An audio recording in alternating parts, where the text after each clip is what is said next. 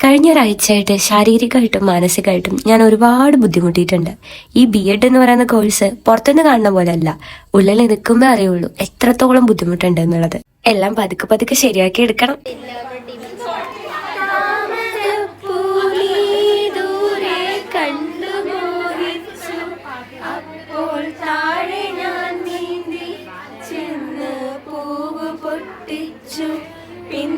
പഠിപ്പിക്കലും എഴുത്തും മാത്രമൊന്നുമല്ല, അതിൻ്റെ ഇടയിൽ കൂടി പാട്ടും ഡാൻസും എല്ലാം ഇവിടെ ഉണ്ട്. ഒന്നിനൊരു കുറവുമില്ല.